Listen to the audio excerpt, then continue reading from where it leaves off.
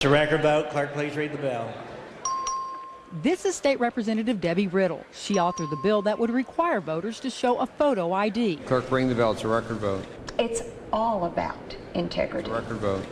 But the integrity of one person, one vote doesn't apply at the legislature. We found many lawmakers vote more than once. Take a look. Riddle votes, turns around, votes again for State Rep Kemple. Rewind and watch the men on the screen. Elkins goes to vote for Merritt, but Hancock is faster. Elkins heads back to his desk, but before he can vote, Joe Crabb turns around and beats him to it. There is so much going on during the vote on the HPV vaccine mandate, you really have to pay attention.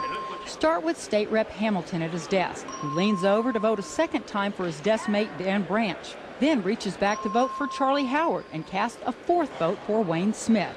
He's not the only one scrambling to vote.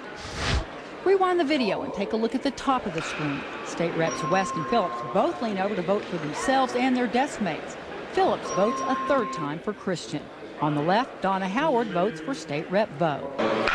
State Representative Dunham didn't have to leave his chair to cast 4 votes, one for himself, then for Coleman, Martinez Fisher, and then Veazey. Sometimes the voting is across party lines. Hartnett, a Republican, reaches back to vote for Democrat Oliveira. Democrat Matt Reynolds votes for Republican England, and Republican John Davis votes for Democrat Noriega. Most voters have no way of knowing if their lawmakers are actually casting their own vote. Even though the legislature is broadcast on cable TV, the cameras change from this to this when it's time to vote. But if you're sitting on the third floor gallery, I certainly noticed that there appear to be far more votes on the tick board than there were people in the room. Arnie and Laurel Weiss were baffled when they came to see the legislature in action. It seems very inappropriate and they should do something about it. Yeah, definitely.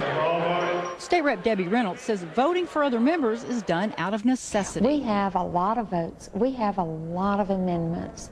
And there's times when we don't break for lunch and we don't break for dinner. We don't have bathroom breaks. Necessity or not, one thing is clear. They aren't supposed to be doing it. According to the official House rules, written, voted, and approved by lawmakers at the beginning of the session, any member found guilty by the House of knowingly voting for another member on the voting machine shall be subject to discipline deemed appropriate by the House. Clerk, ring the bell. It's a record vote. So, should lawmakers do it? Well, there's no question. At face value, it seems a blatant affront to their own rules. It is against their own rules, but the issue is with enforcement. Now, it's the Speaker's job to make sure the rules are followed. He declined to talk to us on camera, but his spokesperson sent us a statement that basically says they leave it up to the House members. Although the practice is widespread, we couldn't find any instances of lawmakers being disciplined for voting more than once.